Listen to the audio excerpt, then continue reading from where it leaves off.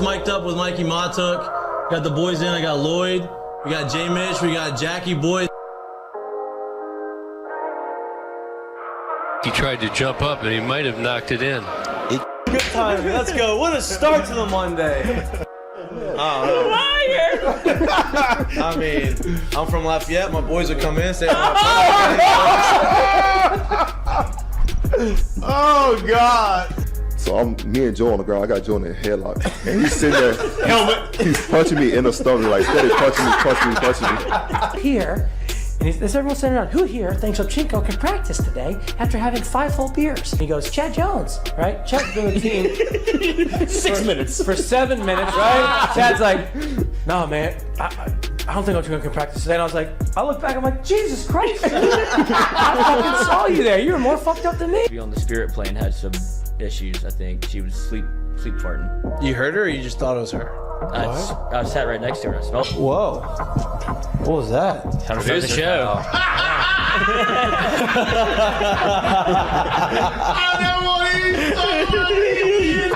Why would I have that? You had the circus or something. 6'3", I'm waiting. Like, I don't even know what I'd be doing.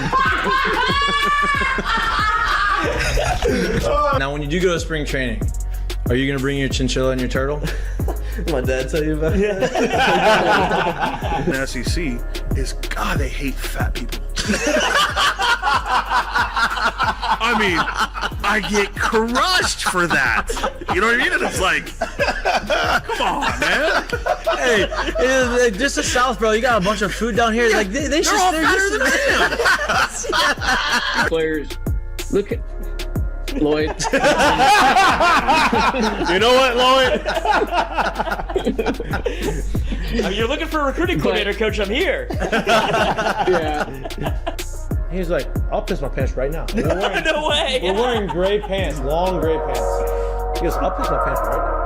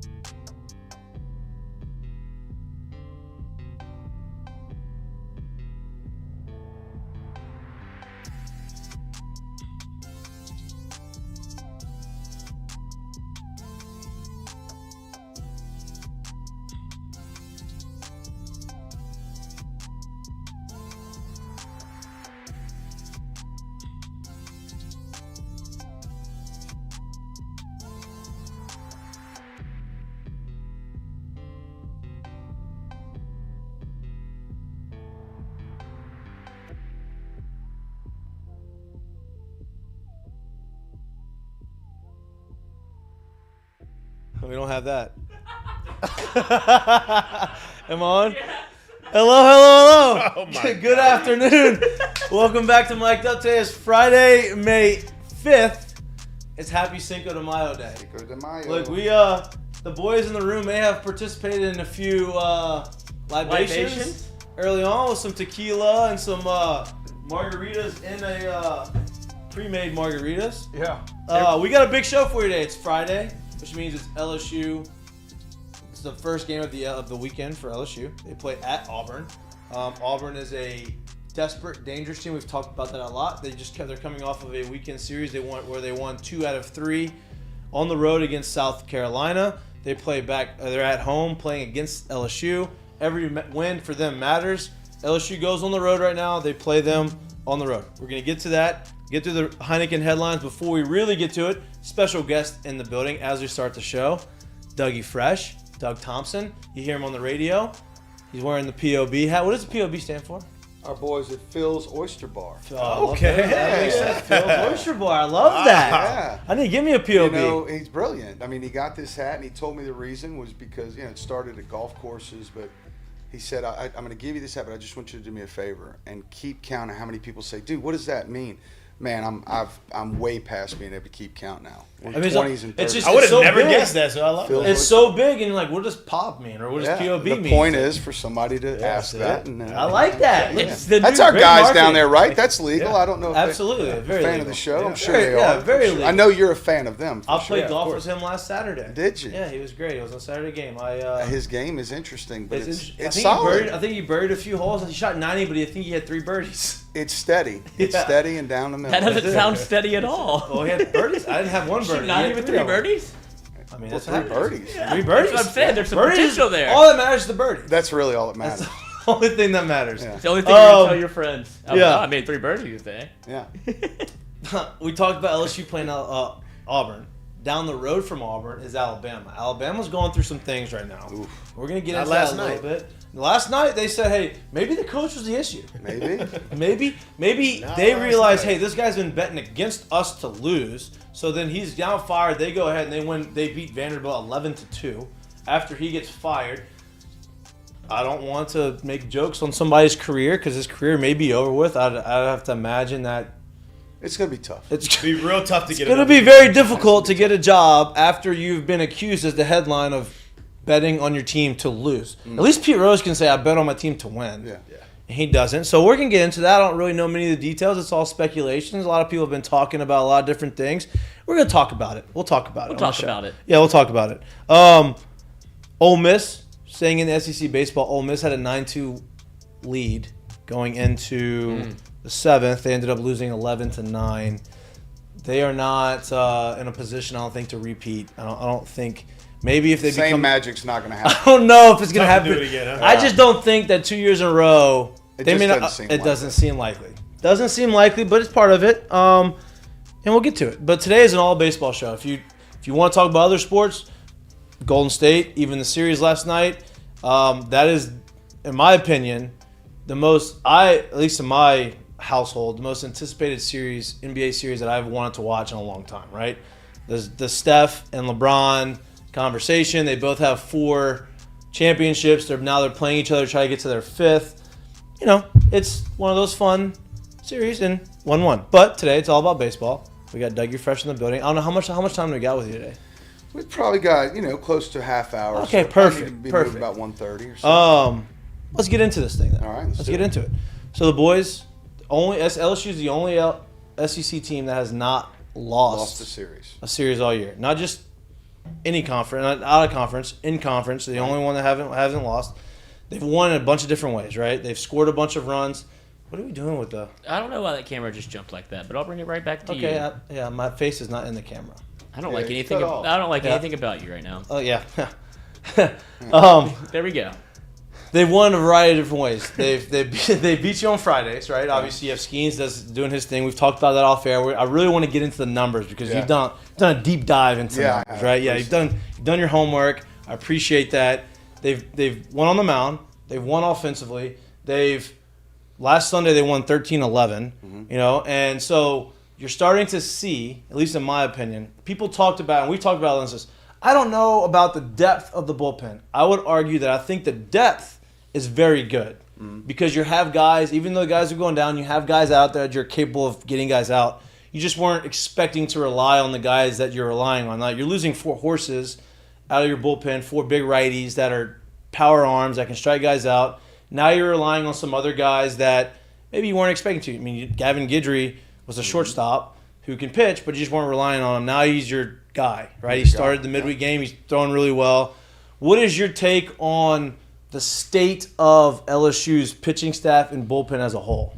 Well, I think it's about that depth. Like when we talked about depth earlier in the year, we were talking about we were thinking about Chase Shores and Garrett Edwards, and of course those 3 starters at the front. We lost one before the season, but I mean the depth might have included everyone because look at Blake Money right now. I mean he looks as good as he's ever looked. Yep. Thatcher Hurd, his last outing's the best that we've seen him. I think Sammy Dutton is solid out of the bullpen. I mean they have several guys that. At the beginning of the year, it just looked like they were going to be those guys at the very tail end that weren't going to get much work. Did that mean that they couldn't pitch or get outs? No. It meant that there were 8 or 9 guys in front of them that could get them out better. But some of those guys went down, which is what happens over the course of a season. You got to be lucky. You got to avoid the big injuries, right, to win championships. That's part of it. So this team has suffered some big injuries, but everybody will. Yeah. And everybody has. And I think that what we've seen is the depth was even a little deeper than we thought with some of those guys that we didn't expect to have to get in there and do it, right? Were you shocked that they started Gavin Guidry in the midweek game? Not necessarily, because I was thinking about that game going, who are they going to pitch, because they threw so many guys on Sunday and Saturday on the weekend. So not really. I know that they're high on Gavin Guidry, and he does some really good things out there. He's way downhill. Yeah, he's nasty firm, breaking ball. and he's got that breaking ball that seems to be fooling people right now. It's almost like a split finger. Yep. It looks like, but. So no, I wasn't surprised to see that, but I think that there's a lot of guys right now. I think these guys also sense something great about to happen, and they want their name to be involved, right? They want to be a part of it. So Blake Money and Dutton and these kids that at the beginning just were getting these spot kind of outings are now maybe getting a chance to actually do something to mean something. And I think that's an extra motivation for that group of kids. So don't forget Javen Coleman coming back looking really good. I mean, he's Blair Barbier always used to say a 90 mile an hour lefty plays in college baseball. Yep. When he was coaching at McNeese and at LSU with you were there that first year, right?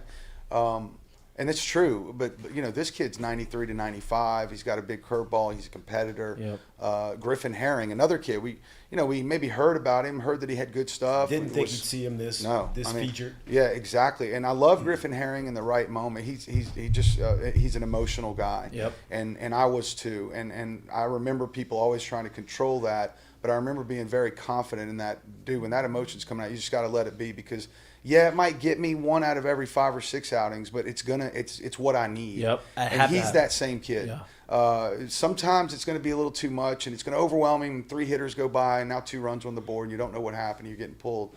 But for the most part, I mean, he's 94, 95 miles an hour from the left. He throws strikes. Competes. So we've got some dudes in that bullpen, despite the big injuries. That unfortunately was Shores and Garrett Edwards. Yeah, just the big power righties that they the killed strikeout us. swing and miss guys. Right. So at this point in the year, like, we all have been in this area a long time, right, and kind of gotten a good feel of what LSU fans are. They're super passionate. Sometimes could be very irrational, but that comes with the passion that you get out of them, right? 3 to 4 weeks ago, when the injuries kind of started to pile, the first thing you heard was, all right, let's microscope, nitpick on what's wrong with the team, and that's fair. 3 to 4 weeks later, when you've seen some young guys step in and be able to do an adequate enough job to the tune of you still just finding ways to win over and over. To me, I kind of felt that way then. Like, I was like, I'm interested to see what these kids do, because I feel like you never thought you'd see them there, but you also were like, well, they do have some real talent, right? Right? And that's obvious.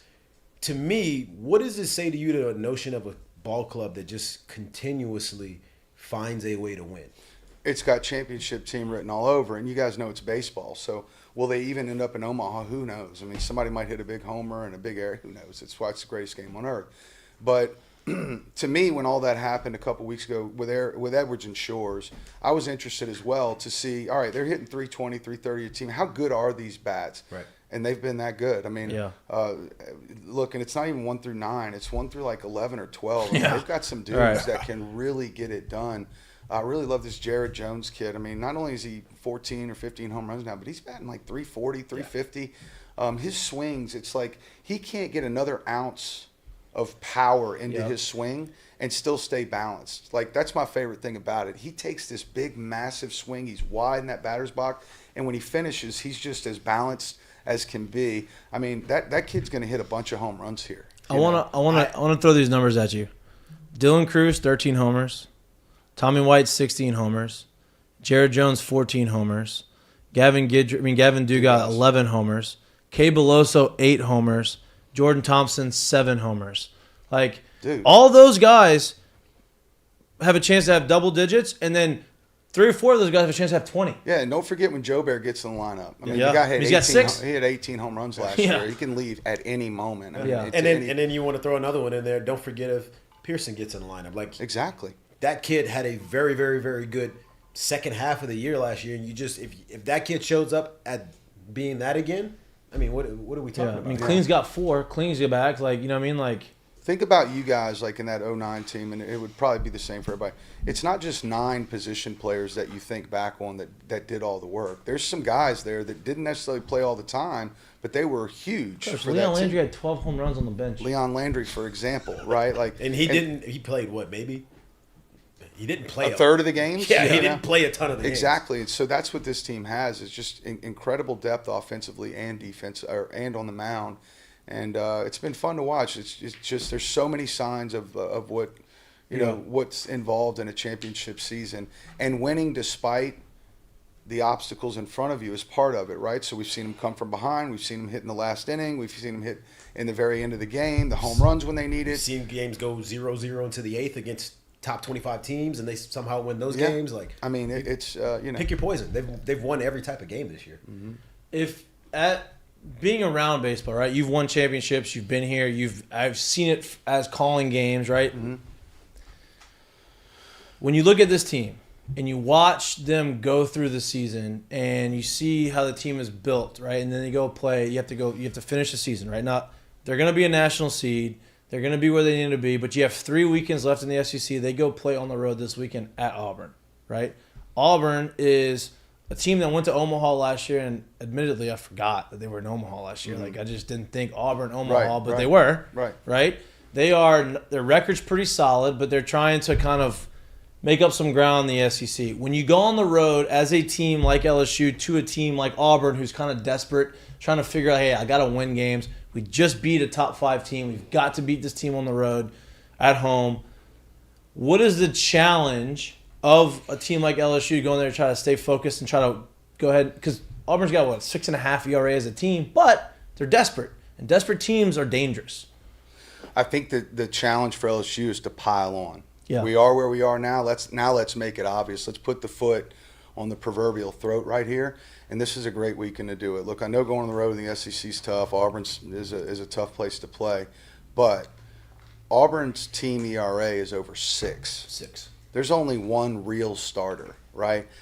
There's 3-4 guys in the lineup that can really swing it. 2 of them are hitting over 370. One guy's got 18 bolts on the year. So there's 3 or 4 dudes in the lineup, but they're hitting 289 as a team, which, 90th in the country. Right. Their pitching staff is over 200th in the country. Right. So I think this, has the likings to be a big weekend offensively for LSU. And I think they're going to win Friday night. You'd imagine? The odds are. Well, did you see the starter? You saw the rotation for Auburn. They switched it. They don't have a guy wondering. who's not a number starter, not their normal starter. So, and that's just Lloyd's thing that he's been talking about all year. Is like, our team's going to start throwing guys who don't matter on Friday and just conceding the Friday game to go ahead and just take their chances to win Saturday and Sunday. Did they do that to y'all in 09 at the end of the season? To be honest, throw their Friday guy. They did not because we had Ronaldo. Yeah, Coleman. And Coleman. Yeah. Like they did that in '97. Would throw their Sunday guy and Friday against Coogan and kind of concede that game, and then throw their Friday guy on Sunday, type thing. And again, that's just another indicator that there's a championship caliber team here. Look, I wouldn't want to be a pitcher facing this team, no. And not just because. Where's your out? No, not just facing this team. Facing this team on Friday night, because your margin of error it's so slim. It is. Give up 3 in the first, the game might be over. And the thing is, like when I pitched, like there was no inside fastballs, and still you don't see that much, like the fastball in called. And Coach Burtman's theory was if they could hit the fastball away, they'd have been drafted. They wouldn't be in college, right? So we just threw it away. But dude, I don't know the real numbers yet, and I'm going to try to get this information from the guys at LSU. But I'm willing to bet that of Tommy White's 16 bombs, at least 10 of them have gone to the it's over center half. field. It's 100% over half. Dylan Cruz the same way. Yeah. Like those 2 kids hit the ball, and Trey Morgan also. I need to add him into that because he'll hit it that way too. Yeah. But those 2 kids hit the ball that way, but not only like just when they need to, they hit it hard. I swear to God, the other night I saw Tommy White I've got a monitor right here, and he hit a shot through first and second, hard ground ball, as hard as you can hit it. Like both fielders didn't move, one of those type deals. And it was 0-2 or 1-2, and he was spread out from front of the box. And I swear to you, the ball was it's unbelievable, 18 inches from the catcher's mitt. Yeah. And he stole that ball out of the dude. But he not only hit it, like most people just foul that off, he hit a missile to the right side. So those two kids stay inside the ball like big leaguers. Well, they get in the zone so early and they stay so flat through the zone for so long. There's so much margin for error there. Like they don't have to be perfect timing wise anymore. They don't. And you don't really college pitching alive. Yeah, that's so rare to see at a college level. But just like you said, the really, really, really good big league hitters, that's what you see. Are you guys think they're the best? They're project the highest as hitters on this team? Those two? Yeah. Easily. I think there's only one other that I can think of right now. Tell. That projects that way. He's not there yet, and he's a young kid. But I do think he has a chance to be really, really, really good. And that's the guy that just came back. Yeah. Clean. Paxton Clean. I think he has. And I've said that honestly since the first time we saw literally like film of him hitting in like perfect game showcases. And he's stuff. just I'm so like, all right, this this is is like him, different. speed and power. It's a unique. Right. He's long. And he's long. And once he figures that out, Coach, my freshman year, I didn't know what the hell I was doing. I was just swinging, right? Like, and Jared Jones has a chance, but Jared Jones' athleticism, he's athletic. But Paxton Kling brings you something different, something that you don't have. Yeah, something different. He's, and I don't. He could be a 2020 guy in college. Yeah, that's not an slight to exaggeration. the Jared Jones or anybody that's come through here. But I'm just from my experience in baseball, man. It's like when you see those guys that sit in that like 6'1" to 6'3" range that are like long. That's the magic number. And they find some way. I'm like, the magic those guys, if they figure it out, it is scary what they do. Scary. Like it is. Like, look at it's DJ. a cheat code. DJ. Exactly. He's so long and dude. There's because of literally how the weight proportions are. Like the baseball players aren't built like basketball players, so you don't usually see 6'2" guys that are 160 pounds playing baseball. It's just not usually a thing, right? So because of just the proportions of how things usually go, just being that size, you don't have to try to generate much to be able to hit with power. So it allows them to be a lot more easier. And when those guys figure stuff out, dude, it's fields usually can't hold them if they're not really worried about just hitting for power. Yeah. Oh, it's over then. It's really over then. It's unfair. Speaking of swinging, right? I'm looking at the stats, and Speaking of swinging, and we have a. I mean, Jesus. We're a sports show. Just phrasing. My God. Sports show. We're a sports show. This is not the red light special. I mean, family-friendly sports show, Lloyd. On Cinco de Mayo. Kids here in the other room. Yeah. There's no red door out here. Come on. Take Looking it at the easy. numbers. Pineapple. Yeah. Looking at the numbers and like looking at what has been done already, right? And now we're gonna get into like all time in a little bit. But I'm looking at Tommy White's numbers, and we've talked about this, right? Tommy White's hitting 370 on the year, 16 homers, 73 RBIs. Tied for the nation's lead. Do you think he gets to 100? First off, before you even hit that, I mentioned it before too. I didn't go back and look, but when we held the trophy in 2009, our team leader was either Blake Dean or Ryan Schimpf with 71 or 72. Right now, he's at 73. Yeah, I think mathematically, I was thinking about this on the way here. We have 13 more regular season games. Is that right? I think 11. 11. And then you figure, let's say 3 in the SEC tournament. Let's say 3 in the first regional. Let's say 2 in the next regional. Right. So what are we to there? 11 plus 4, that's 15 plus 3 and 2. That's 20. Yeah. And then let's say they play 5 in Omaha. So there's 25 games left. He's averaging 1.8 RBIs a game. So if he just averages 1 at that point. The answer is yes. I do. I think he gets to 100. I saw Larson had 100 and something. That's unbelievable in college. 120. That's crazy. He's gonna hit 20 home runs and have 100 RBIs and hit 375. 3, 4, Yeah. 5. And he's missed about 2 weeks of baseball. Now, realistically, in college baseball, that's only come to like 4 games. But we all know, like, hey, when you miss a game, it's supposed to take you a little bit to get back. 20 at bats. So 20 at bats. Again, he's averaging 1.8 RBIs a game. Right. That actually, Josh Noel in the chat actually hit you up with the information that you were looking for. There you go. Tommy White's home runs: 10 to right field, 5 to center, and 1 to left. There you go. There you go. One pool-sided homer. Wow. It's insane. How many to left? 5 to left. One to left. No. 5 to center. No. 5 to center 10 Yeah. to right. and 1 to left. Yeah. It's a one pull-side homer. Yeah, So I tell if- my kids all the time, watch both Cruz and White, but watch Tommy White hit, especially with 2 strikes. Because when you're teaching, man, I mean, that's things change when you get to 2 strikes. The pitchers earn things to change now. Not only with your mindset, maybe even physically with what you're trying to do. Maybe there can't be that big leg kick and load anymore, But he's showing you, like... The best thing as a hitter, at least like Sean Green. Remember Sean Green? Oh, yeah, of course. I read his book, right? And he talked about when he was coming up, now people, say things like, oh, maybe he had some help, whatever. But in his book, he talked about when he was playing with Carlos Delgado in Toronto. Carlos Delgado. Remember Delgado. Delgado. And he said that Carlos Delgado, they would make him have a competition with him every single day in batting practice, see how many home runs you can hit to center field. To center field. Yeah. That's it. Beautiful. Hey, if you hit a home run to the left or hit a home run right, doesn't count. Center field. Beautiful. And he said, my first 3 months, I could barely get one. By the end of the year, I started understanding how to drive it out center field. All of a sudden, I started hitting 40 home runs a year. Yeah. And it's just about extension. It's just about understanding path. And it's so funny, you think about them, and I can remember going through pro ball, and the best hitters I ever saw, if you watched them take BP, you knew they were, one, not only a really good hitter, but they had legit power that would translate to games if they would leave and kind of stay in the middle in BP. Guys that you saw staying pull side and this and that, you're like, I mean, yeah, that's pretty, but anybody can do that. That's anybody can do that's that. long drive versus a professional anybody golfer. could do that. If the dudes I literally saw, it looked like you were trying to hit liners to center and it's hitting off the batter's eye, and I'm like, all right, bro, that's a different level. That's something completely different. And if you bring it back to LSU, I do think there is a Dylan Cruz, Tommy White effect right now that you won't appreciate until they're not here.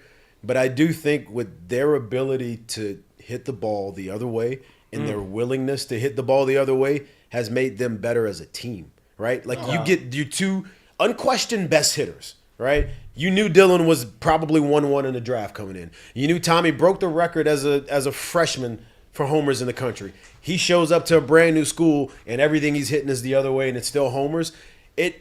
Not that I think that it makes the team think, hey, I could hit homers just like that. Maybe they do. But they at least say, well, if they're buying in to do it, shit, I got to do it too. That's right. Which leads to a tune of you being a top 3, top 5 offense in the league. And not in the league, in the country right now. For some reason, there's a stigma with hitters of hitting the ball the other way. I mean, I coach youth baseball, and I don't know anything about hitting, but fortunately, I'm surrounded in my life by all these great players, you guys, and Blair and Cressy and all these guys.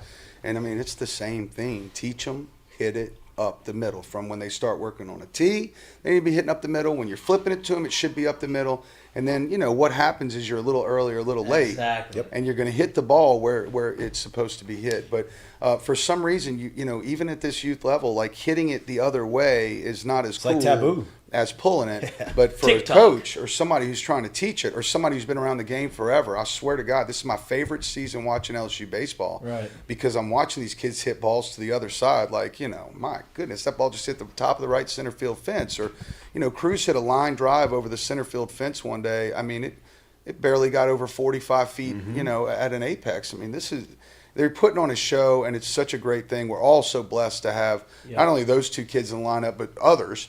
And then of course, Paul Skeens doing something we may never see again. Well, I'm glad you brought Skeens, right? Because the draft's coming up. I don't even know when the draft is. I've said this last 2 times. I need to look it up. It's because after Omaha now. It used to be before Omaha. Lloyd's on it. He's on it. He's on it? Are you on Yeah, it? I love it. It's after Omaha. I love that it's after Omaha Yeah, now. yeah. That was the dumbest thing. Yeah. You're in the super regional and you're playing a game and you have to wonder if you're going to get drafted. Yeah. And, that can't July It happened 9th. when we were July in 9th. Omaha one year, the draft. Oh, really? Straight up, Larson got on the bus, Cressy, they had their cell phones, and Yeah, brutal. Yeah. Right? Yeah, you're not distracted So, at all. so the draft's Awkward. July 9th. So you only have a week from the draft to the time you get drafted to when you can sign, right? The deadline to sign is July 15th, which I like. Yeah. Hey, draft me, let's go, right? With the draft coming up, LSU's got the 2 number 1 picks in the draft. I would imagine Skeens and Cruz are both going to get paid like the number 1 overall pick. You would imagine. You got to think. You would imagine, right? There's no one close. I don't know. People talk about the kid from Florida. Their center fielder, Yeah, he can play. Wyatt Langford, very good, having a great year. I don't think he The compares. only chance he What about becomes the two pitchers at Wake Forest? They those have guys two are studs. yes. Yeah. No, Are I'd say either the one only of them draft eligible though? I don't know. I think at least one the of them. Friday is, guy yeah. is, yeah. The only way I would see the guy from from Florida being even in the conversation, the only way possible, is if there was a pre-draft deal that was way under what you would think someone would be. And that's something the Pirates could do. But my question, because we talked about it earlier in the year, Talk remember? about it, right?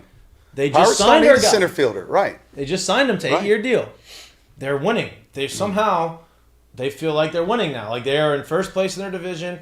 If by July 9th they are still in that position of like, oh, we're kind of there, do they draft Skeens 1 overall and say, hey, we're going to put you in the bullpen in September this year? Or do they say, I want Cruz because I think that he's going to make the difference and he's going to be here for 10 years. Man, You know what I mean? I've talked to a lot of people about this, and here's one theory I've heard about who you take and why. One former major league pitcher said, you definitely go with Cruz because there's a longer, more sustainable career there. Skeens throws 100 to 102 miles an hour, and the human skeleton's not meant to throw the baseball that hard. Yep. My only debate there is that this human skeleton is 6'6", 250 some odd pounds. Yeah, right. And all of the guys in the history of the game that have thrown that hard, that long, Clemens and Ryan and Randy Johnsons, were all big, massive dudes like that. Yep. So, boy, as the GM of the Pirates, I would hate to take Dylan Cruz and pass up on a kid that may end up being the next Nolan Ryan. And then Exactly. I would also, If he were 6'4", 205, I think it's like the kid from Tennessee, Hokever, is that his name? Yep, Hochever. Like he's thin, dude, and I don't know that that's going to play for. Oh, you're talking about this year? Yeah, what's his- Dullender. Same deal. Yeah, same kind Thin of guy, yeah. whatever. Right. Paul Skeens is a Tank. man. He's a tank. I dude. also said, so I'm glad you brought that part up because we kind of had this conversation too, and I was thinking, I was like, the way I would see it being a thing is if you like legit see it 6 to 7 years from now, he is a bona fide, no doubt, number one guy, an ace in the big leagues. It's for me. It's like, how do you pass up on him? an ace, right? The An number ace. one, because right. because if you're trying to take your team serious, right, and you're trying to build a team for success, those guys are not cheap. They're pretty much the most expensive guys you could find. So if I could get one at a cheap level For 6 years. because let's be honest, like today's baseball, it ain't baseball 10 years ago. Who's the best pitcher in baseball right now? DeGrom. How hard does he throw? 100. Okay. Why is he better than Paul Skeens? Does he locate better?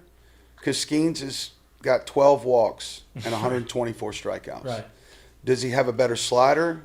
I got to see them both bites. I mean, Right. Skeens' slider's filthy. Filthy. Like disgusting. 91-hour change. Like if you're looking for his fastball and he throws that slider, that 84 mile an hour slider. you may poop yourself, dude. Because it looks like it's going to hit you in the ribs and it's a strike on the outside corner. It's that nasty, you know? His changeup's nasty. Personally, I still think his two-seamer that runs in I at love 94, the 96, two-seamer. 97 is like, ah. And then he literally, bro, this isn't like legend. This isn't hearsay. We have all seen it now. 9 starts in a row. His 98th pitch of the night was 98 miles an hour. 100th pitch of the night was 100 miles an hour, just like Jacob deGrom. Yep. So, again, like, man, you pass that up. But then again, Dylan Cruz is hitting 486 at a school that's been playing baseball for 120 some odd years. And the highest average ever recorded was 430 by Rafe Rhymes. 430. 50 points higher. Cruz is going to hit easily 450, 460, right? Because he's really going to start getting pitched around in the postseason and all that. So, like, if you're looking at a guy that I don't know that he's Mike Trout, bro. Mike Trout is It's hard to compare. dude. To He's best the of all alpha time. in the Right. big leagues. He's the best. He's not only hits the best, he hits the homer, but he's faster than anybody. Like he's just a freak. He looks like a freak. He's 6'2". Looks like a linebacker. Looks like a linebacker. I mean, he's the same size as Miguel Cabrera, but runs like a 4.4. And Yeah, I think the body fat's a little different. He's the alpha, dude. Mike Trout's the alpha, and oftentimes you hear Cruz and Mike Trout. It's like, but what if he's not Mike Trout? What if he's a shade under and he hits 330 with 35. With 35 every year and 40 doubles and drives in 100 and plays center field every night. You like that? I like that. Yeah, man. I think the answer is I don't know that you can lose with either one of them.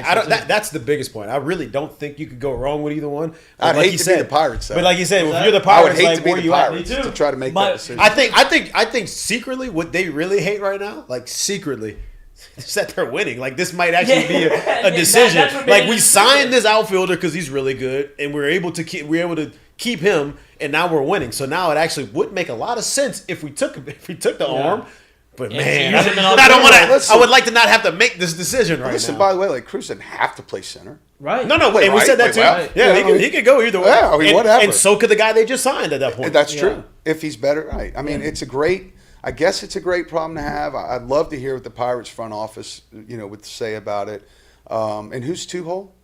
The Nationals, right? Yep. The second pick. Yep. Yeah, they. Yeah, they've never actually- taken a thank pitcher you. early. No, they're sitting there pretty. They're like, dude, whatever you got, we're good. It doesn't matter. We'll just take the other. You just make it easier for me. You were there that day. I think they actually talked to you. A guy from the Washington Post came in town and took him around the box for a while, and he met with Cruz's dad, and I think he talked to several other former players, but he didn't really have a take either. That was his disposition. Like, Whatever happens, happens. Yeah, I'm I in think the we're best going to spot. win. I'm I think- okay with yeah. either one. There's 2 1-1s Right. this year. They are. There might be 3 1-1s, but there's 2 1-1s on one team. So the first 2 or 3 teams in the draft are going to do okay this year. Yeah, I think they're. It'll be just curious. fine. 10 years from now, it's going to be fun to see who really won that. Yeah. Right. I have one theory. Yep. Okay. And hear me out, just because of Shohei Ohtani and what's happened. Do you think there's any possibility that Skeens becomes something like that, where obviously LSU isn't doing it because you're trying to protect him a little bit, but if he goes into the draft and you're like, all right, well, this experiment has worked before, would you consider that if you're drafting him to be like, all right, he can also hit on his off days? I think 5-8 years ago, I'd have said no chance, but Shohei's opened some doors. He's kind of removed the question of can it be done. Paul Skeens, this is from Jay Johnson's mouth, and I think I said this last time I was on here.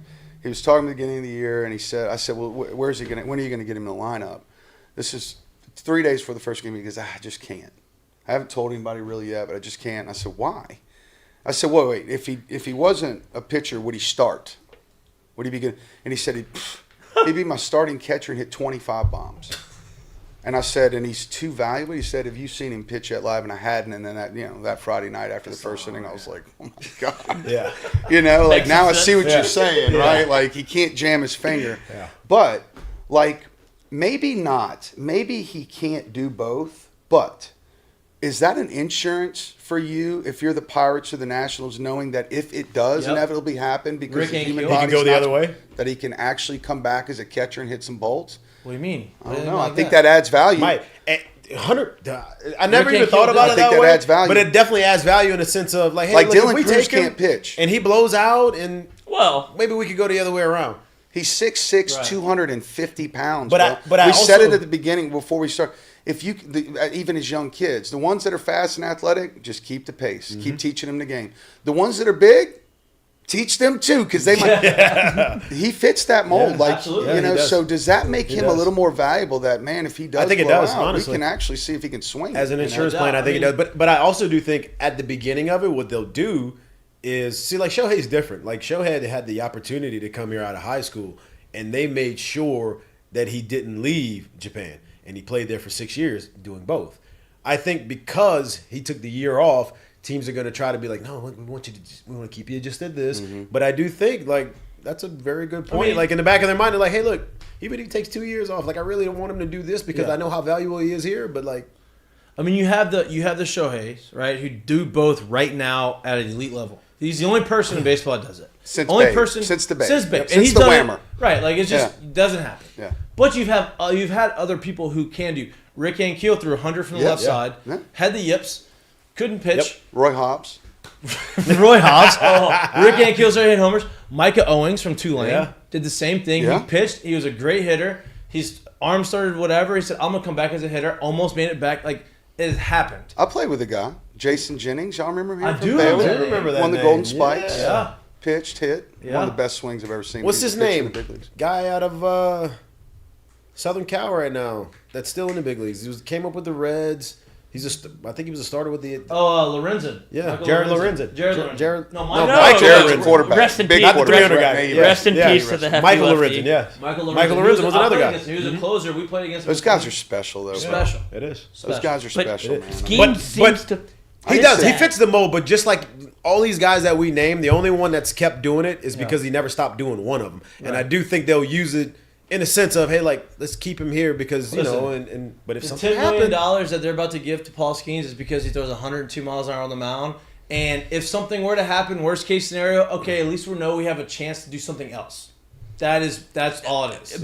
My point would be is if the Pirates continue to do this, and baseball is a long game, like you have no idea if they're going to tank at some point and not, like, it's easy to get off to a hot start, right? But if they're in contention and then you see Skeens there and you can bring him in and bring him up and then bring him out to play in the playoffs, then you can, the next offseason, you can start working with him on being a two-position guy. Would be my only point of contention. Here's my thing. If you were to bring him up and he were to, I'm not saying like dominate, literally just be effective up there, right? Like say if perfect world, they play really well, they make the playoffs, they get to this point, they still have to pick, and they're like, man, he can help us this year. He gets up there and he throws decently. I think because of what they've done in the past, like I said, last year, they gave the young third baseman, a contract less than $100 million. That's the richest contract they've ever signed anyone to in the history of the Pirates, including Andrew McCutchen, including They're Roberto serious in Clemente. Pittsburgh, bro. Everybody, They're trying to everybody, right? Like they're trying now. You imagine. So my point to it is at that point, man, if I really think he could help us on the mound and we can get him for cheap, that's what you're doing. I think you made a great point. Like, where are they on draft day? Right. Like, do they think they've got a spot in the playoffs? Do they think they're going to be playing in October? If they do, then did they draft Skeens specifically for that reason to get him up there in September? And not only this year, because games out. not only this year too, because you got to think about it. Like, hey, if they don't think those guys like severely overachieve, because remember, like you said, they had a young center fielder who they just extended, who's a really good player, has got a really good pedigree. They got a young shortstop. They got a young third baseman. Like, they got some guys that are cornerstones that are there that are cheap right now, right? So if in their mind they're like, man, we're better than we thought, quicker than we thought, and we really thought these kids could be good anyway, well, we need an arm. And it's not just for this year. We need him for next year. Like, so it'd help us out if we can get him on the mound, and he could at worst be, what, 3 or 4? And we can finally go spend on a real pitcher again. And that's my point. Is like, what's the most expensive thing in free agency? Starting pitching. Every time. So if you can go get one free for cheap, listen. Last year, I think there was 100. I don't know how many pitches. I don't know the exact numbers, but there was a X amount of pitches that were thrown 102 miles or 100 mile an hour plus, middle of the middle, in the strike zone. You know how many of those pitches were hit over the fence? 0. Really? Zero. Not one pitch over 100 miles, middle, and the play were hit over the fence. Wow. That's how hard it is to hit that. Bro. That's how hard it is to hit that. You know what I mean? Like, you have this guy who, hey, Paul, we're going to draft you. You're going to have 150 innings pitched on the college baseball season. You're going to come in there. We're going to he won't even come in close. 120 innings. Now? Yeah, you're right. 100 innings max. 100. No, get to how many games left? We say 25. 25. He'll start 6 of them. Right. 36 innings left. 40 innings maybe. 40 innings left. Yeah. It's crazy. Only get to 100 or so. 100 some innings, right? Well, it's also the pitch count. Nowadays, it's a little different. Yeah, so Big Ben, by the way, when he had 202, had 150-something strike innings that year. That's crazy. Yeah. You say, hey, listen, we're going to sign you. We're going to give you a little break. But in September, we're going to have you in the back end of the bullpen. We only want you to throw 1 inning. Yeah. Okay. I'll sit 102 miles an hour for 1 inning. Okay. Nobody's going to hit me. It's proven. Last year, nobody hit it. I don't have to throw it anywhere but literally right over the plate. Chances are I'm good. If they're ready, look, you've seen it with David Price. You saw it with Andrew Miller. You saw it with Crochet from Tennessee with the White Sox. Like, it happens very often where Finnegan from TCU back in it happens. So, who knows? Hey, I'm going to be honest with you. The more and more we talk about it and the closer it gets to it, I don't envy the Pirates' decision. No. Because if for whatever reason the decision that they make doesn't work, not even doesn't work, it's just the lesser, they'll hear it forever. Forever. Yeah. Like, literally forever. If you miss on Mike Trout again. And 10 years from now, Cruz could be an all-star for 10 straight years. I mean, that's how good this kid is. But my point is, and so could Skeens. If it was 10 years from now, what are you trading to get the second pick? Listen, if it was 10 years from now, and all you want to do is come back and judge this draft and be like, well, look what they had and look what you could have, you'd be like, Hey, I don't think y'all understood what that draft was, and those two players were at that time. That was not easy. Right. You could have flipped the coin and literally not been like, I wanted the other one. Can you believe they're both here? That's what I was about to say. That's the craziest thing that LSU got a vote. It's unbelievable. Think about it. This decision's always this difficult for the first team. The 1 and 2 are always like, Right. but we're just so focused on it because they're right here. We watch them every week. Every Friday, I get to go Well out there done, and Jay watch. Johnson. Well done. Well done, Jay. Well done. Speaking on those guys, you have the numbers, right? As far as we talk about, I didn't bring them in, but I have them on. I have them on here. There you go. I have them on here. You sent them to me in a text. While he looks at the numbers, Anissa Williams did commit to LSU. Oh, congratulations! So if you're talking about going 1 and 2, LSU is What is doing Kim it doing over here? Seems like they're probably just gonna go win it again next year, right? She's such a stud. How is she doing? She's the goat, bro. She's the It's not best. even close. She's the best. about to get a new PMAC. I'm just amazed. I'm amazed when it Might comes be to a that. women's only They PMAC. came on. Might Men be. and a women's. Hey, y'all We gotta don't. play. We don't really need. Y'all got to play in the because union.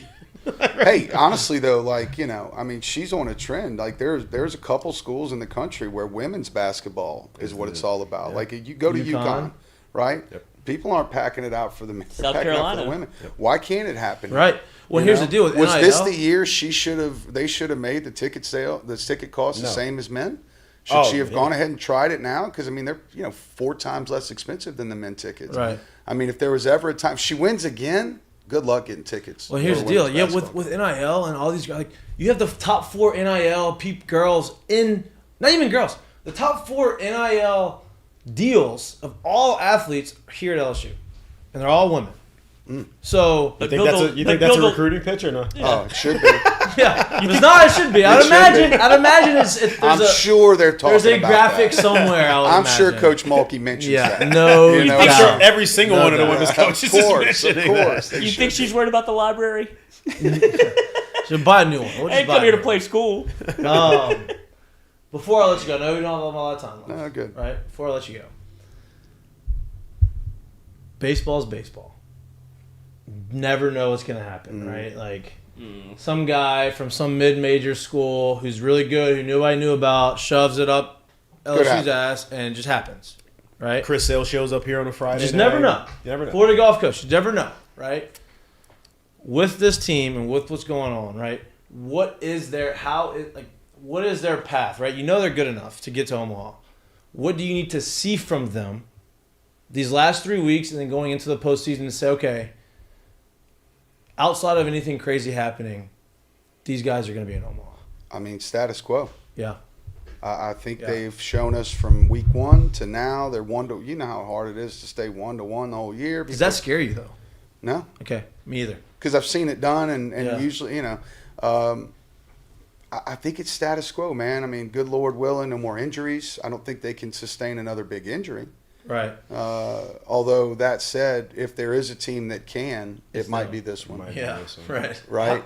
Right. But dude, I mean, they just really are a complete team. I mean, they pick it pretty well, they hit well, they throw it good enough. I mean, it's just really hard to beat this lineup. It's going to be really hard to beat this lineup. But like you said In it a best. 3-game series. And Coach Burtman, exactly. Coach Burtman always used to say, it doesn't even have to be the Chris Sale guy. It doesn't have to be Paul Skeens. Paul Skeens doesn't have to have a good night to be. He just has to have an average night. Right. But even the mediocre guy, that's what's special about baseball. The guy that's 88 to 91, 92, which, by the way, used to be an All-American 25 years ago. But the guy that's 88 to 92 with a good curveball, a good changeup that can compete, that guy can end your season too. Yep. Yeah. With one special night. So baseball still has to be played. And yes, that can happen. Even in a 2-game series or 3-game series, like you just never know. When Coach Burtman always used to say, especially when we were playing the teams that we were absolutely supposed to beat, before those games, he would say, don't forget, it's baseball. If their guy tonight has a special night, you better put your hard hat on. It's going to be a battle out there, so come ready to play no matter who it is. So other than that, other than a couple guys having magical nights, man, this roller coaster just doesn't seem like it's going to be knocked off the rails anytime soon, I agree. It's about your maker. So for me, it's Compete like champions. you're in it, and it's not even a thought on your mind. You do it, and then you hear people talk about it. And then years keep going by, and I'm asking you this because you have more experience than we do in this. But as years keep going by and you watch stuff from afar, you're detached, you're not a part of it. seeing how hard it is to actually get to the pinnacle of it, win it, and stuff like that. Can you just speak to how unbelievably crazy it is? Because, we're watching a team where a lot of us feel like, hey, but we know what it takes to actually do it. It makes it feel like a lot easier than it is. Yeah, when you do it, it seems. The only thing that would concern me about this team, right, in terms of doing it and getting it done, like, it's about going to Omaha and it being about the College World Series and winning a tournament. If you go to Omaha and you're kind of like, the regional romp was great, and you're in Tigerland that night and you're buying it, and that's all you're really looking for. I don't know. I don't know if you have what it takes to go up there and win. I mean, to me, you have to have a couple guys on that team or a couple coaches that have been there before to prepare everyone for it. But I did both, right? So I was on a team that won it, and then the next year, devastatingly, in 1998, a team that lost. I watched y'all. Were you really? You were in Omaha. Really? That's crazy. Y'all were 2-0. 2-0. Cold front came in. Yep. Wind started blowing straight in. That's no right. homers anymore. No homers. That's what happened. I think we hit 14 or 15 home runs in the first 2 games of the College World Series. I'm pretty sure we tied the College World Series record for homers. That's a goofy. In the first 2 games. We hit 8 home runs in 1 game of those 2. And then the weather changed. We came down for practice. Everybody said, man, go upstairs and get your jackets. Half of us didn't even have the jackets. Like, it's June. And got downstairs, and sure enough, it was 65 degrees. It was bitter cold. No. We hit 1 more home run the next 2 games, and we left. And it was devastating. But everything has to go right. Like Warren Morris's home run, right? That was as improbable can be. Chills. Only time ever. It gives me chills thinking about it, dude. Exactly. In 2009, there were big plays that had to happen before that. We were 1 strike away from losing that first game to Texas, where they had their best pitcher coming in the next game until DJ hit the 2-run double. I'll add one more because you were able to be part of it twice. I was part of it twice. We didn't get to the final game, but you'll forget the year before we eliminated, or we actually played, but they got eliminated too. The Matt Harvey, Kyle Seager, Dustin Ackley, North Carolina team that was unreal all year. Unreal. Loaded. They go home early too. Yeah. Anybody can win. When you get to the College World Series, you got to be prepared. Look, the SEC tournament is a great warm-up. The best warm-up. Yeah, arguably, the best like I think it's the best tougher warm-up to win the SEC tournament. That's exactly to me what Paul Maneri did at LSU, and they should have a shrine outside that building with Paul Maneri's statue because it's unprecedented. But I think it's about focus toward the end. I do think better baseball starts getting played when school lets out. Yep. You guys remember that? Believe it or not, athletes just like regular, normal, everyday students that are just there to go to school, they stress about their finals too. Perhaps even more so because they really have less time to focus on it. But once you shed all that, you remember that feeling where you wake up and you're like, oh my God, all we got to do today is go to the yard. You go to the pool and play baseball? A little pool, a little baseball. You see the team, you see it lift off their shoulders. So, man, I'm excited about this team. I think that they're going to be a handful down the stretch, and I think it's about staying status quo. If they can run the table in the SEC season and not lose a series, has anybody ever done that? Jay asked that same question. I know we didn't in 1997. We didn't until we lost 1 series in 2009. Tennessee. We didn't in 1997, but there's going to have to be some lucky plays. Like you mentioned, y'all were down here. We were down to our last out in the 1997 regional in the bottom of the 9th. We were down 7-6 to Long Beach State, and Eddie Furness hit a solo home run with 2 outs. Sorry, in the top of the 9th. We were actually the visiting team. That was the elimination game. Yeah. If he didn't hit that solo home run, done. there is no 1997 Omaha team, much less a World Series team. So, and it goes on and on. If you think back to that 2000 team, Ray Wright jumps over the fence to catch a ball. So many different things happen during these games where it's like LSU's got some serious, ghosts of the past in their corner. When they get it, here's what LSU has in their favor. It looks now, unless something crazy happens, that they're going to host a regional. And they're going to host a super regional. And although the box has been fun this year, you guys know. Ain't nothing. There's only been 1 series that's been close to the box in the postseason. Tennessee. That's it. Yeah. It was hype. I haven't seen it like that in years. 10. And it's going to be hype for this team like it was when y'all played and when I played for those great teams. But then when you get to Omaha in a season like this, there's something about walking out there with 28,000 people there and about 20,000 of them are purple and gold. And because out of that 20,000, about 10 of them are from out in Nebraska. Exactly. And that's the and coolest LSU part. fans, they know what they mean to players and they know how great they are. But when you're in Omaha, Nebraska, and you're playing against teams from all over the country, and there's a different pride when you're an LSU Tiger because everywhere it is not even close. Not even close.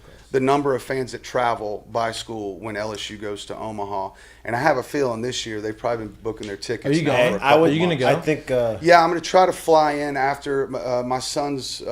Their tournaments end on like the 17th, and Omaha starts on the 15th. So I'll try to fly. I think I'm gonna try to fly in too. I'm gonna go in for at least a few games. My buddy already booked his bachelor party around this. He's just assumed LSU's going. He's like, we're taking a shot. Like, I met a guy. That's how you got to do it, though. Yeah. I met a guy the other day that had bought 17 books of tickets for the College World Series like 2 months ago.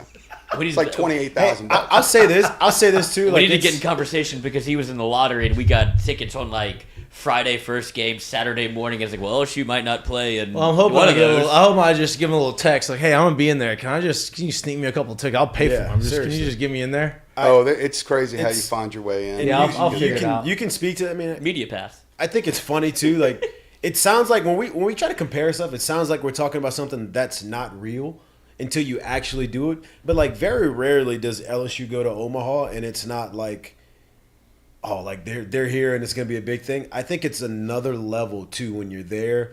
As I won't say the favorite, but like everyone knows, like no, they're real this year. It definitely is. It's you know what I mean, like they've been there a couple times where you're like, I mean they're here, they made it.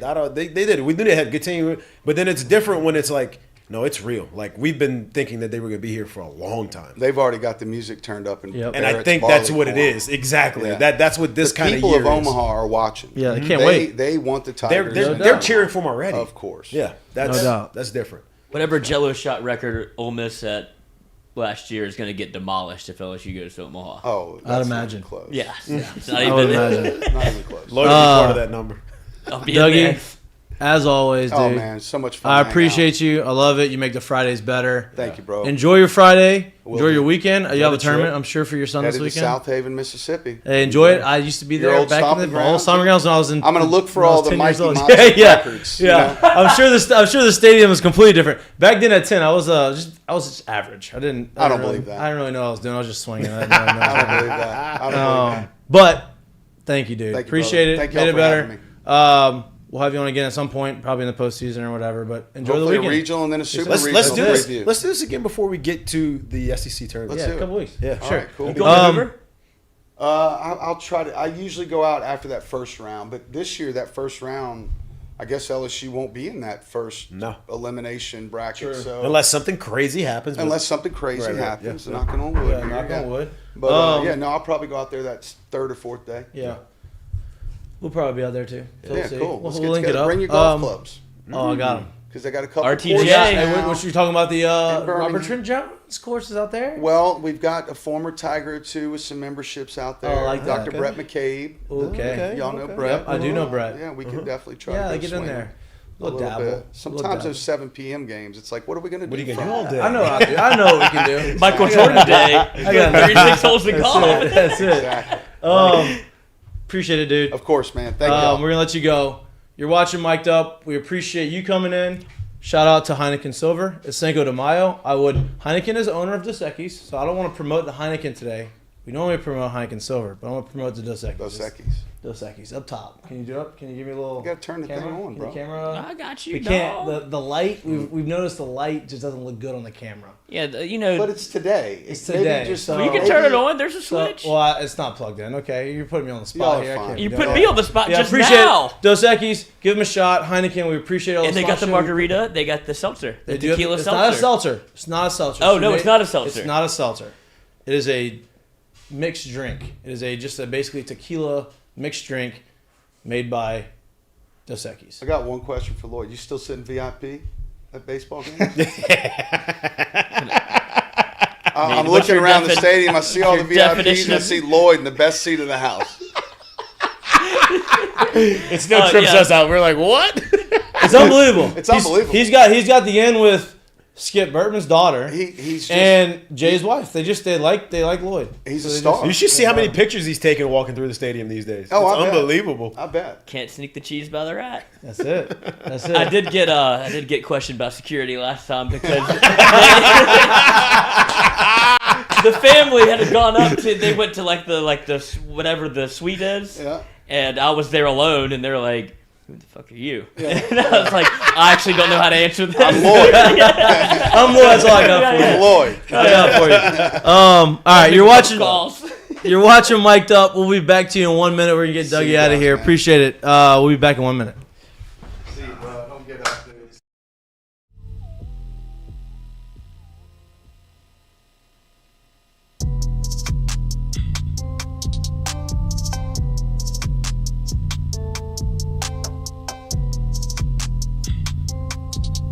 Oh, you have the sticker on your head.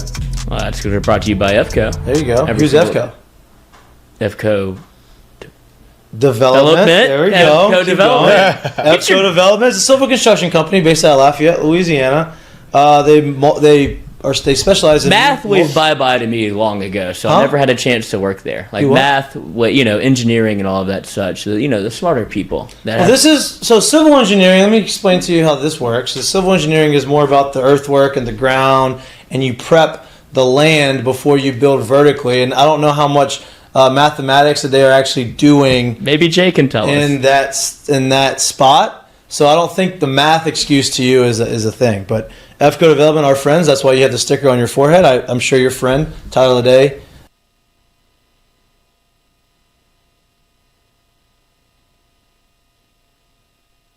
Dozy Place is located on 3723 Government Street. Everybody knows about their world-famous steaks and their hot tamales, but what you may not know is that they're open for lunch every day from 11 to 2. Great people, great environment. Their lunch menu is fire. What's the best thing on the menu? If you haven't tried it yet, you need to try the burger. Unbelievable. Best burger in town. Best burger in town. If you're looking for lunch, 11 to 2 at Dozy Place. Again, they're located on 3723 Government Street. Give them a shot.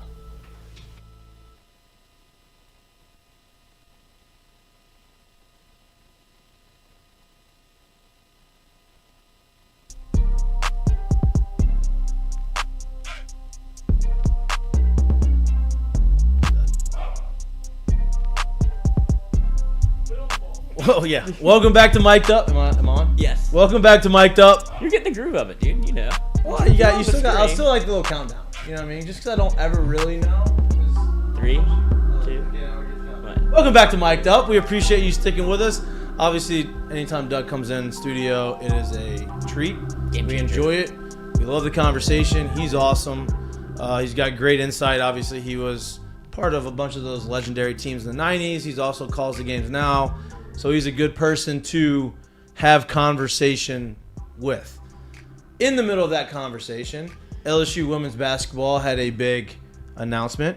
Anissa Morrow, forward transfer from DePaul, number 2 transfer portal recruit, has signed with LSU. Huge. That means they got number 1 and number 2 from the portal come to LSU, who are the defending national champions. You'd imagine that they are going to come in as the favorites to repeat. You want to know why it's huge, too? Let me see. Let me hear. You go exit Aaliyah Boston. You go enter her. Yep. Right? That's huge in that matchup that didn't happen at the end of the year, which we kind of thought it was going to be a clash at the end. Not only did she commit to LSU, she canceled the South Carolina visit before. Yep. Hey, I'm going to visit LSU.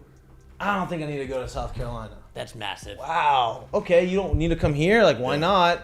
Don Staley's punching air. I'm just going to come to LSU, and I don't think I'm going to leave. I guarantee you Don Staley feels that one. She ain't having a good time. Not enjoying that one. Nope.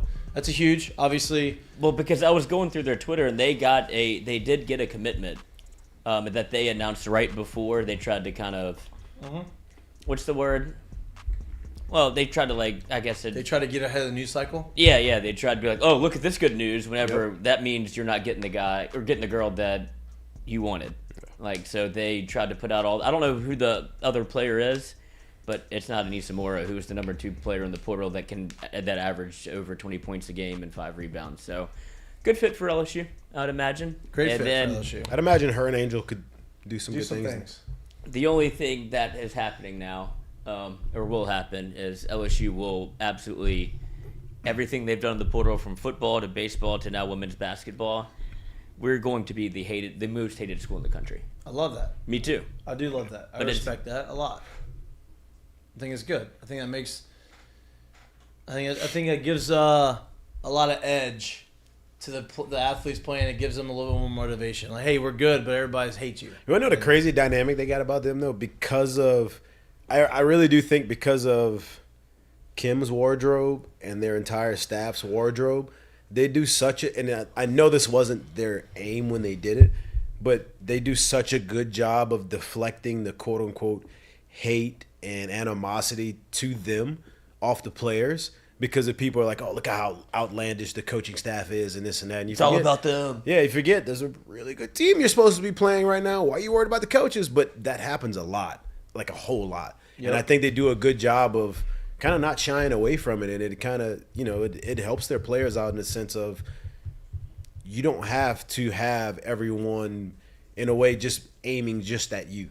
They kind of want to aim at us right now. Well, Right. And that's fine. We're fine with it. I think that's what Vitello was doing to an extent at Tennessee, but that's where you see kind of like the star turn, where it can go from I'm trying to take pressure off of my team to are you making it about yourself? Well, it went from him to the entire team's attitude as well, right? And that's when everyone was like, nah, we don't just hate Vitello. We literally hate every player in your team as well. And that's what you're worried about. Well, like, I don't want to say worried about, but that's what's going to be the narrative around LSU, because after... Yeah, but it wasn't. To me, in my opinion, I don't mean to cut you off, but it wasn't. I don't think it was. It wasn't because of the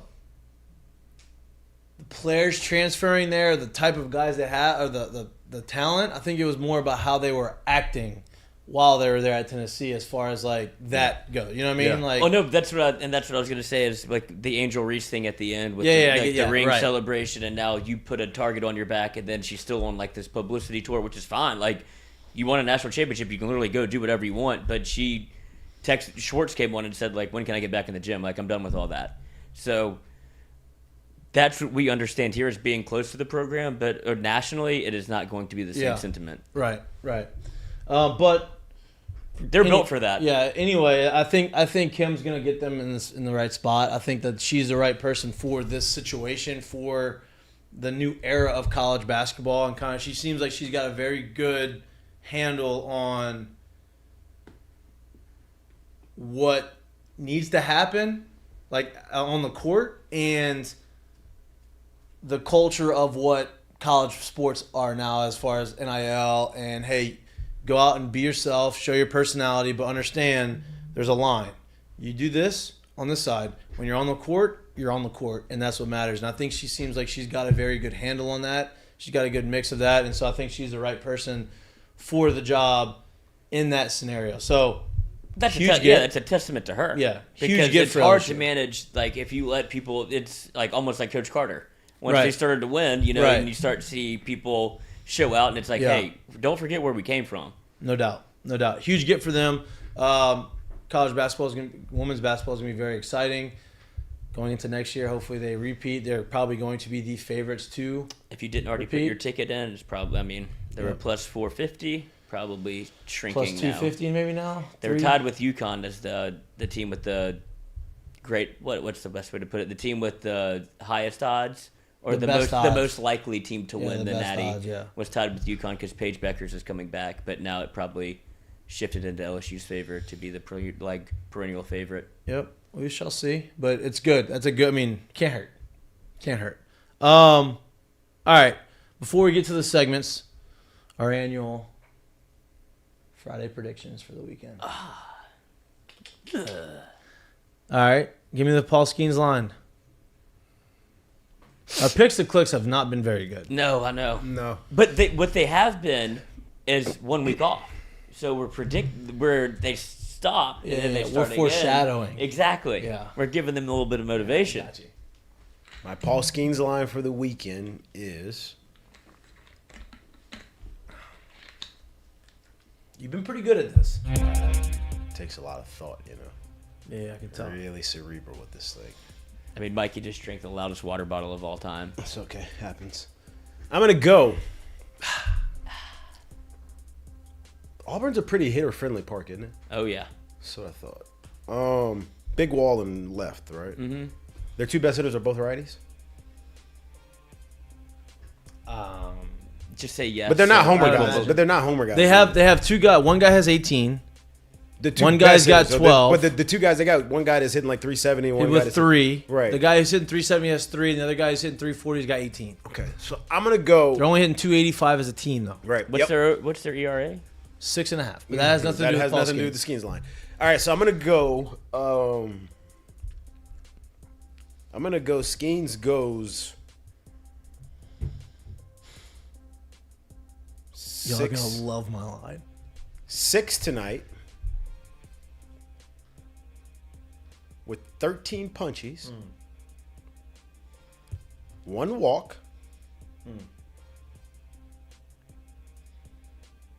7 hits, 4 earned. 4 earned. Wow. Okay. Why'd you get so close to him? Because it seemed very dramatic. So I was just trying to give it like that. 6 1/3. What did I say? 6 or 7 hits? You said 7 hits. 7 hits, 4 earned. 4 earned, punches. 1 walk, 13 punches. All right. I do think 1 or 2 of those may be run into that absolute missile of a heater and short porch. Get out of here. Lloyd? Oh, I thought you were going to go next. You want to go last? I'll give you the floor. You feel like you're very excited about it. I am. We've talked about this all year. I wanted to go 7. I'm just like, I don't know. We've talked about it all year. He hasn't gotten that game where he's gotten that 15, 16 strikeout game where you think it's going to happen. Yeah. Right? You know it's going to happen. It may happen in the regional. It may happen this weekend. You don't know. Before you give the line to you, I'll give you the reason why I didn't go that high. It's only because we've seen what, pitch into the 7th once this year, I think. Right. It's the only reason why I'm not giving him I get that. it. That's the only reason why I'm not going that high. But go ahead. Don't change your line either off of what I said. One bit. My line, 8 innings pitched, 15 strikeouts, 2 runs, 1 earned, 1 walk. 2 runs, 1 earned. I don't know how many hits, but No, you got to give me that. You got to give me a hit. 6 hits. Give me a hit. 6 hits. Oh, Wow. 8 innings, 15 punches. I tell you what, if he goes 8, I think he's giving him like 4 hits. But go ahead. Yeah. See, I think I'm with Jared on this. I don't think they do. It's not an innings thing. It's a pitch thing because he strikes out so many people. Yeah, but he strikes people. He's super efficient too. Yeah, no, I agree with he that. strikes guys out efficiently. But he's always at like in the 6th inning when he usually comes out 6 or around the 7th. He's at like 110. They found him off. I think these guys are going to swing and miss a little bit. I'm looking at the weather Okay. to see. Okay. What is Friday night? What is the It's weather? Auburn, Alabama in May. Okay. Well, predictions to click. What do you think the weather is? Is it going to be rainy? I mean, if it ain't rainy, I mean, that's all it is. It's either washed out or they're as hot as shit, probably. Yeah. Damn, how'd y'all know that? Come on, dude. It's Auburn, Alabama in May. Like, what do you mean? There ain't no cold front coming through. Actually, it's 67 degrees. Humid as shit. Yep, humidity is at 66%. Wind is blowing at 9 miles an hour. I don't know where I don't know how to predict that for where the stadium is. No, 9% chance of rain, but it just seems like a shitty day. 67? I think. Okay, so what's your prediction? So for that Give me your line. makes me think as a pitcher, if he can get a little, it's hard to grip the ball in the cold, but it also sucks to hit in the cold. It's not cold. It's not cold. 67. 67 with 66% humidity. Bro, I promise you jog to the wall and back and you're like, oh, this feels We great. got a nice little lather. Yeah, what are you talking about? This is unbelievable. Don't change. Don't let us influence your line. Well, this is at 2 p.m. Hold on. He's wearing a lot of hats, ladies and gentlemen. He's got a lot going on over lot going on. What time do they play? tonight. Oh, 65. A balmy 65. With the wind at 7 miles an hour, humidity at 70%. So with that said, Paul, Skeens will be up there. A little sweat. A little rosin. You just said he wasn't going to sweat. It was cold. Well, now like you drop you can't grip the baseball. You put the sun down and you drop the degrees. The humidity and now went- you're saying a little sweat. The humidity went up. You're out of control. All right, So- come on, give it to me. I'm going to say 6 1/3, 11 punchies, 2 earned. I'm with you on that because I do think because of the I said 4. He said 2. I said 2. I You said said 2? 1 earned. I'm gonna say 1 earned. Somebody's good. No earned. Fuck it. Zero earned so runs. 2 runs, but no earned. No runs. Okay. No runs. Okay. 6 in a third. With 11 and no 11 strikeouts. No earned runs. Okay, I like that. No runs at all. I like that. Clean defense. Big porch Love and that. left. They can't Not get over a big it. porch, high wall. The high wall. Yeah. The mini Fenway. Mini Fenway. The mini monster. It's just like a mini mall. I don't know what song. I don't know where you're going with that. Yeah, Oh, you've never heard that? So, No. like a viral video. I forgot. A couple of years older than I am. I thought you were singing a song. Me too. I'll pull it up. All right, I like that. Okay, pick the click. I'll go first. Paxton Kling. Damn it. Yes. Okay, you got it. So he is guaranteed to have a terrible weekend. They didn't wish that on you. Oh my god. Pick the click. I know who I'm not going with this weekend. Please, nobody even hint at the name. But I'm gonna go with Bear Jones. Nice. I'm going Gavin Dugas. He had a big game in the midweek. Good. It's a great pick. And he's a very he hasn't been very hadn't had a ton of great numbers in the SEC because he's been hurt. He's kind of recovering from that injury. Feels like he kind of felt better this week. Streaky guy, very hot. That's my pick. Understands SEC baseball. That's my pick to Knows what click. it means. 6.5 ERA Yeah. as his Auburn starters. That's my pick to click. Might be Jordan Thompson too. They might give him a couple cookies. I like to see Jordan get a couple this weekend. Try to get close to 10. I like to see Jordan get to 10 homers. He's got 7. I think he's gonna get to 10. Can I change mine? Go ahead. JT. Okay. All right. Fair enough. All right. Let's go to the set. Because he's a big pool hitter, and if they have an ERA, I don't know, that Coach. high- Have you not seen his last? He won Oppo Taco. He did, but he did his approach at the plate. It feels like he wants to. He's aggressive. His fastball. Loves a poolside fastball. Okay. Let's get to the seggies. Let's get to the segments. Your Which segment. Mistake of the day brought to you by Dozy Place. Our Not friends to down be at Dozy confused with the Place. curtain call. Not to be confused with the curtain call. My mistake of the day is Alabama's been in the news recently. I don't know if you've seen this, and it's not what you think. We should have talked about this probably a little bit more because y'all are baseball guys, and I couldn't imagine. Here's my deal. Before you get to that, Okay. mistake of the day, the second Alabama mistake The of the day. appetizer. Yeah, before you get to the one that you're going tamales. to talk about, their head coach Bohannon gets fired because he was betting on baseball, betting against Alabama for them to lose to LSU. LSU was involved in it. They didn't do anything wrong. This guy went and was talking to a friend of his who was walking through a sports book at Great American Ballpark? Yeah. In Cincinnati, who has a sports book there in Ohio, and telling this guy to bet a bunch of money on LSU to beat Alabama. Apparently it was, I don't know, there's a lot of speculation. Apparently it was the last leg of a parlay. Here's the problem with that. College baseball, especially like right now, not in the postseason, not in Omaha, is not very betted. It's not betted on very highly. Like there's not a lot of money on it. People don't bet on it, especially in Ohio for Alabama LSU. Right? That's just not happening. Right? So I halfway considered it to be that he was talking to Pete Rose. yeah, I mean it's just not happening. So they make a bet. The sports book basically comes out and says there's $0 being bet on this game. There's a bet being made at $35. No. His bet was significantly higher than all of those bets. So what do you think happens? Red flag. Why is this person being bet? Phone calls, things being made, surveillance camera. Oh, this guy, I see what's going on.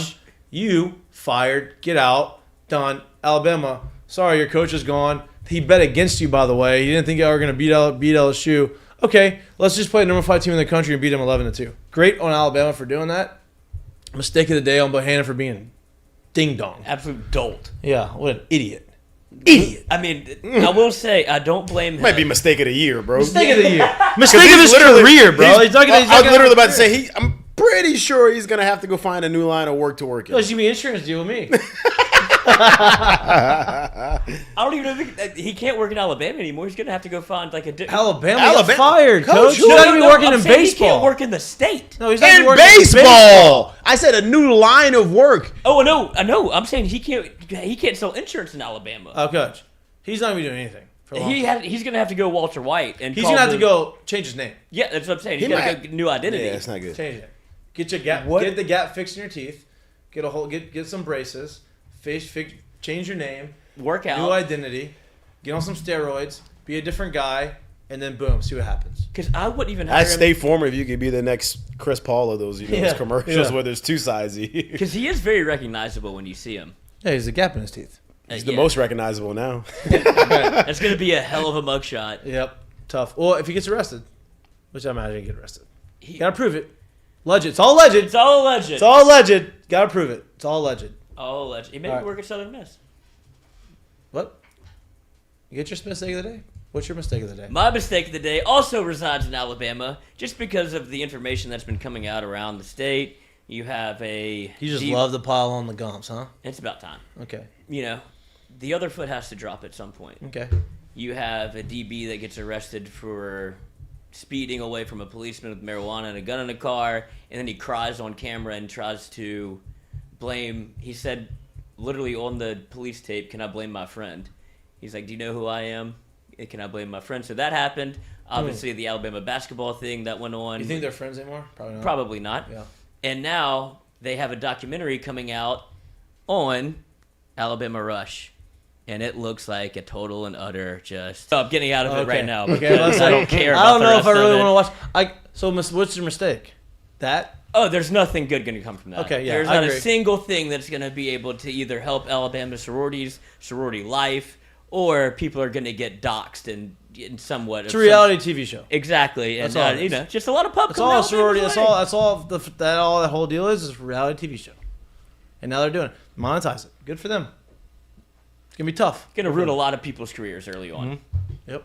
Happened to me. I I was hired and fired in the same day by LSU Sports Information. Why? There you go. Facebook. I thought you could put those pictures out of like having fun. Turns out you can't. And Bill Smarty. Martin was like, "Whoa, no." I was like, "That makes sense. Now I get it. I learned. Can I come back? No. Okay." But it led me here, so all mistakes aren't bad. You know, always something to learn. Next segment. Okay. Next segment. Curtain call brought to you by our friends grew up down a at lot. Assured Partners. And Me. oh, okay. All right. What you got for your curtain call? My curtain call will be, as the saying goes, imitation is the sincerest form of flattery, correct? Yes. We talked about this guy a lot Wednesday, and we debated with him and, another said superstar right now. I'm not sure if he is the best at what he's doing or what his profession right now, but I do think it's fair to say he's probably the most transcendent that the game has ever seen. And if you don't believe me, well, Lloyd's about to play you video from a high school that surfaced that went pretty viral. I don't even have to tell you the name, Right. but when you see the video, just go ahead and guess who you think when you see. And before you play the video, when we talk about transcendence and talking about how he transcends the game, right? Michael did the same thing, LeBron did the same thing, but here's the difference between what Michael and LeBron did to compare to what Steph is doing. You have to be physically capable of being able to play that type of game that Michael and LeBron did, right? LeBron is a bully on the basketball court. He is super athletic and the positionless player, that whole deal. Same with Magic, right? Steph transcended the game that because of the way he was able to shoot the basketball. Anybody can learn how to do that. I say anybody. I don't want to say it that way, but like it's easier to learn how to shoot. Size-wise, Yeah, it doesn't matter. If you could figure it out. If you can figure out how to shoot, you can do it, and you can be a good shooter. Doesn't mean you're going to be able to be in the NBA. That's how he transcended the game. Hence the video that we're about to show. And it is coming up now. I'm about to say. I thought we were gonna land it right. There we go. Boom. 3. Just watch. Just watch the range of these shots. Boom. This is at midcourt. Cash. Look at the defense and how nobody is trying to go set a pick or get into the post. We're all standing around. Bang. Okay, so that was from the logo almost, like right in front of the. Well, now it becomes a competition. This guy's like, oh, okay, you did that. Watch this. Bang. Half court. Are we happy about this? This also looks like the Will Smith high school court that you played with in Belhaven? very small. I mean, they're shooting from half court and they've not missed. He doesn't even get to half court. It's They have incredible not that missed. I mean, it's unbelievable. It's unbelievable. I'm not saying that's a great thing. Like, that's pretty ridiculous basketball right there. But that is showing, hey, like, let's not limit ourselves with the range just at the three-point line. If you can be consistent from 6-7 feet behind the three-point line, you expand the defense. And that's It also goes to show you too, like, that's not just the players. Like, the coaches are very okay with this. It's not like this stadium was packed with 25,000 people and the players couldn't hear anything, right? You know the coaches are screaming if they were not doing something they didn't think was okay for them to be doing, and that's what you're seeing being played. That's reminiscent of literally one player that transcended people thinking that this is a way to play the game. Speaking of transcendent players and transcendent schools, Shaquille O'Neal with the massive LSU shout out yesterday on Inside the NBA. It's the best show on TV. It is right? the best show. Unbelievable. It is, and some of the bits feel forced at some points. No. I'm just saying early on when Shaq tripped over and tripped off the chair, and it was very obvious that he was doing a bit. They have tightened it up quite a bit, and now it is just must-watch TV. Like, I stay up later after games to watch this. I love it. I'm mad that the game last night was on ESPN, not TNT. Yep. I know. Watch this, man. Look at that LSU defense right there. And you know he didn't even put him on the ground. Now neither one of y'all can do that. Yeah, we can. The best is because both of those guys are superstars. They're like the best of what they do, and they love to make fun of each other. They love to make fun of themselves. And then sometimes it gets testy too, which is the funniest part of it. Right. Oh, well, yeah. Do you think that Shaq is kind of a little sensitive? Or do you think it's... Because Chuck doesn't get bothered by any of it, but Shaq is like a respect thing because Shaq was the newest addition to the desk, and it felt like he didn't fit in immediately like you thought he would. And then now it feels like everybody's on the same page, and then they made the discretions a bit almost to where I'll slap the taste out your mouth. But Shaq says it like he actually would do it. No, you can tell when they get serious, but they're also super good friends, right? So they probably get over the hump and get over it quick. But there's a whole lot of genuine feeling that goes on, whether it's good, bad, or ugly. That's what makes that show great, though. Happens all the time. My curtain call, don't really have one, to be honest with you. I'm gonna be honest. My curtain call, it's Friday and Cinco de Mayo.